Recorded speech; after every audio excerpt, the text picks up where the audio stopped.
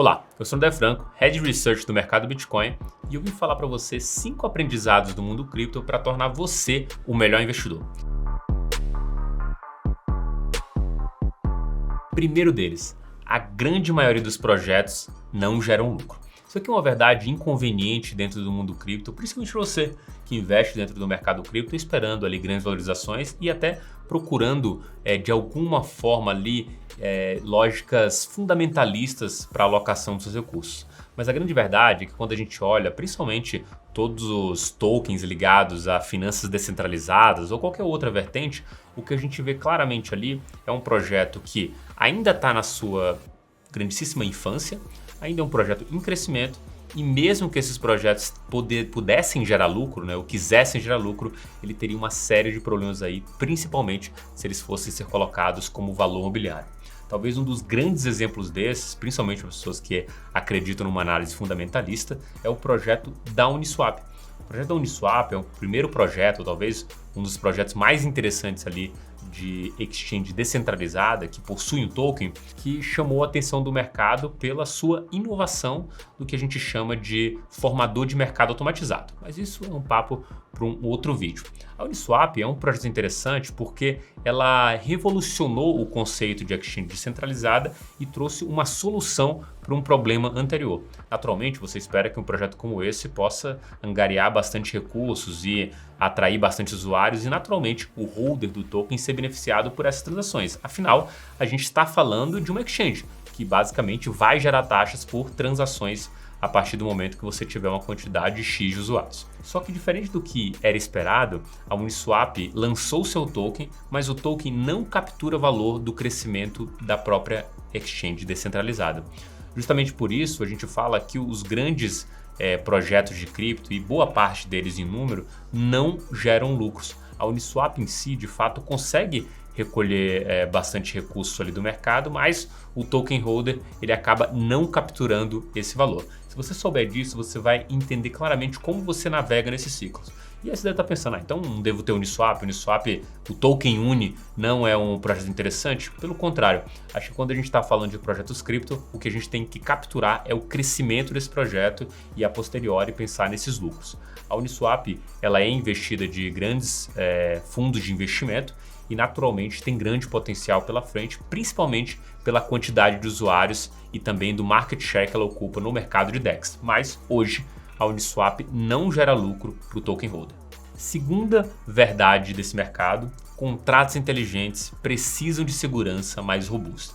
A gente está falando basicamente de uma inovação via plataformas de contrato inteligente que começaram com o Ethereum, que foi uma ideia de automatizar uma série de processos. Uma coisa que acontece quando você trabalha com tecnologia são justamente os erros. Basicamente, você tem uma série de desenvolvedores ali tentando criar algo que nunca foi feito, que não existe um livro conceito para ser seguido, e esses caras vão batendo cabeça até, de fato, arrumarem os melhores caminhos. A diferença aqui é que quando a gente está falando de contratos inteligentes com cripto, muito provavelmente eles têm alguma ligação com dinheiro programável. E esse dinheiro programável, por ser dinheiro, ele atrai muitos maus atores da rede, que basicamente, nesse cenário aqui, são os hackers. Os hackers de protocolo, eles acabam indo atrás ali de onde tem uma quantidade gigantesca de dinheiro ou, eventualmente, aqueles contratos inteligentes que não são bem feitos. E é justamente por isso que a gente olha para o cenário cripto hoje e vê um grande problema. Grande parte dos contratos inteligentes hoje, inclusive contratos grandes, não possui ali uma auditoria e são cada vez mais vulneráveis a hackers. A outra coisa é que a gente tem que levar em consideração aqui é que são desafios desconhecidos, Esse é basicamente a evolução aqui do que a gente fala de contratos inteligentes e por isso que eles não são tão seguros. Naturalmente, quando você está falando de uma evolução, o que se espera? Que um projeto faça uma versão 1, uma versão 2, uma versão 3, depois de ter um pouco mais de segurança, ele vá para o mercado. Aqui em cripto, o negócio é um pouquinho diferente, porque os projetos têm aquela gana de entregar logo os resultados, por mais que não estejam todos feitos, para que a comunidade o teste. Só que nessa ideia de a comunidade testar os projetos, a gente tem os maus atores, os hackers que acabam dando exploit, basicamente usando ali alguma falha do contrato inteligente para retirar e drenar todo o dinheiro do mercado. Ainda nesse tópico 2, é sempre bom lembrar que os incentivos, eles são criados aqui dentro das plataformas de contrato inteligente de forma indireta, né? Você tem bastante dinheiro circulando ali e, obviamente, a pessoa que conseguir quebrar esse sistema ou quebrar um desses sistemas consegue retirar grandes somas de valor. Mas o olhar para o copo meio cheio é justamente esse. Quando você tem um ambiente extremamente hostil dentro do mercado, o outcome desse cenário acaba sendo um sistema cada vez mais robusto. Então, a nossa perspectiva é que, por mais que tenham hackers e hacks a todo momento acontecendo, a gente espera que na linha de chegada, naturalmente, a gente veja um mercado muito mais forte e robusto para aguentar ali porradas e ser, de fato, o futuro do sistema financeiro.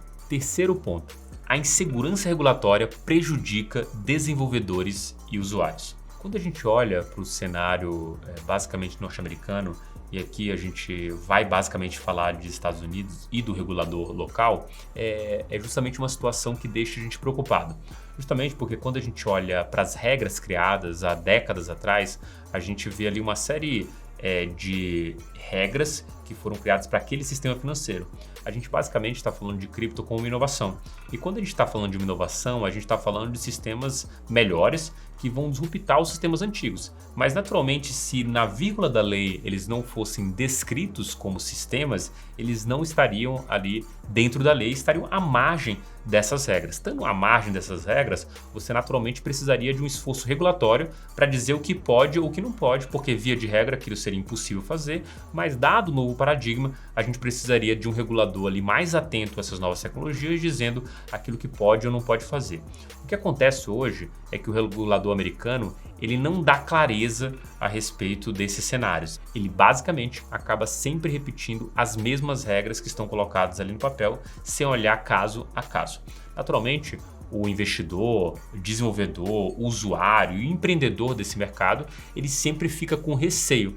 Além desse empreendedor que vai propor coisas novas, a gente tem todo o mercado financeiro tradicional que poderia se valer dessas inovações para, obviamente, ter ganho não só de tempo, mas de dinheiro na utilização dessas novas ferramentas descentralizadas. E essa falta de clareza do regulador prejudica o crescimento. E, naturalmente, o que a gente vê recentemente é um movimento da SEC contra essas próprias inovações. Ou seja, além de dizer que aquilo pode ou não pode no momento que está na sua concepção, ela vem top-down ali, derrubando tudo e basicamente dizendo que não pode nada por ferir a regra, basicamente, do mercado de capitais locais e sem discutir alguma coisa. O outro ponto que chama a atenção é justamente algumas sanções a tecnologias e prisões ali arbitrárias a pessoas que criaram basicamente tecnologias e não são responsáveis pela forma como as pessoas as usam. Estou falando aqui basicamente do Tornado Cash, que era uma ferramenta de transação de anonimato, né? Basicamente permitia que os usuários transferissem valores ali sem serem identificados ou com um mixer de endereços ali que facilitaria essa não identificação, e a SEC simplesmente, com um esforço conjunto ali com outros órgãos reguladores, classificou aquilo como errado, né? E foi atrás dos desenvolvedores do Tornado Cash, e basicamente o principal deles está preso hoje. E a falta de clareza regulatória para outras coisas acaba criando um sistema de instabilidade. O que a gente vê hoje no mercado é um empreendedor, é um investidor e também até as empresas maiores com muito receio de cripto, enquanto a SEC não fala o que pode ou o que não pode de maneira mais clara e naturalmente abrindo as portas para a inovação. Quarto e penúltimo ponto que você precisa saber. Finanças descentralizadas vão permitir a financiarização de qualquer coisa. Quando a gente fala de DeFi, a gente basicamente está falando do uso de ativos dentro da rede do blockchain de uma maneira que você possa tomar empréstimo, você possa negociar, você possa transacioná-lo de maneira livre. E quando a gente olha para o outro lado da tokenização, que é basicamente a representação de algo que existe no mundo físico, que existe na vida das pessoas fora do blockchain, para dentro do blockchain. Você pode apresentar, tokenizar e representar esses ativos como uma casa, um item, dívida, você pode representar dinheiro dentro do blockchain e isso facilita com que você transacione para qualquer lugar do mundo com qualquer pessoa do mundo. Quando a gente está falando da financiarização, é basicamente trazer ativos que antes não poderiam ser dados como garantia, como uma casa, como um item, trazer para dentro do blockchain para facilitar essa financiarização.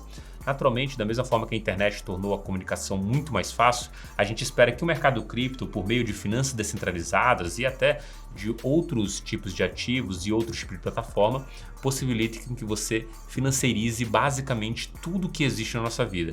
Seja você trazer alguma representação de um item físico para o blockchain e ter ele como garantia um empréstimo, seja basicamente trazer esse item e fazer negociações com outras pessoas de uma maneira confiável, descentralizada e simplesmente muito mais barata que todas as outras que a gente conhece até hoje. Quinta e última verdade para você como investidor saber como navegar nesse mercado. Finanças descentralizadas ainda não é para todos. Sei que o último insight aqui foi basicamente a financiarização de tudo, mas existe um gap gigantesco entre esse futuro promissor e o que a gente vive hoje. Quando a gente olha para os organismos de finanças descentralizadas, principalmente aqueles que são os mais novos, têm 6 meses, 1 ano no máximo, eles são plataformas e de alguma forma ali muito difícil das pessoas entenderem o que está acontecendo e ter segurança em usá-los, principalmente porque você não tem nenhum órgão regulador que consiga te dar um pouco dessa segurança que a gente tem no mercado financeiro tradicional. Por isso que é sempre bom entender que por mais que a gente considere finanças descentralizadas tendo um futuro promissor, o hoje ainda é muito desafiador para a população média. Basta você pensar nos seus pais, nos seus avós, a dificuldade que alguns deles têm com tecnologia, seja usar uma rede social, seja também usar apps de banco. Quando a gente está falando de finanças descentralizadas, ele não tem ali o gerente para ele recorrer e pedir ajuda. Ele basicamente vai ter que fazer as coisas por conta própria. E esse talvez seja um dos pontos mais desafiadores aqui. Quando a gente está falando de finanças descentralizadas, existe uma responsabilidade gigantesca do usuário frente às suas atitudes e principalmente ao seu dinheiro que está ali representado dentro do mercado cripto e dentro das estruturas de finanças descentralizadas. Por isso, é muito interessante a gente entender que, óbvio, acreditamos no futuro promissor, mas esse futuro ainda não chegou e a gente precisa entender tanto o copo meio cheio como o copo meio vazio. O copo meio cheio diz ainda tem uma oportunidade gigantesca da gente ganhar dinheiro aqui e o copo meio vazio diz que essa vantagem vai vir ao longo do tempo, ela não vai vir nos próximos 6 meses, é uma construção de longo prazo. Mas comenta aí embaixo que outra verdade o mercado cripto te trouxe e que te faz o melhor investidor hoje sabendo disso agora. Perfeito? Eu vou ficando por aqui e a gente se vê no próximo vídeo. Forte abraço e até lá!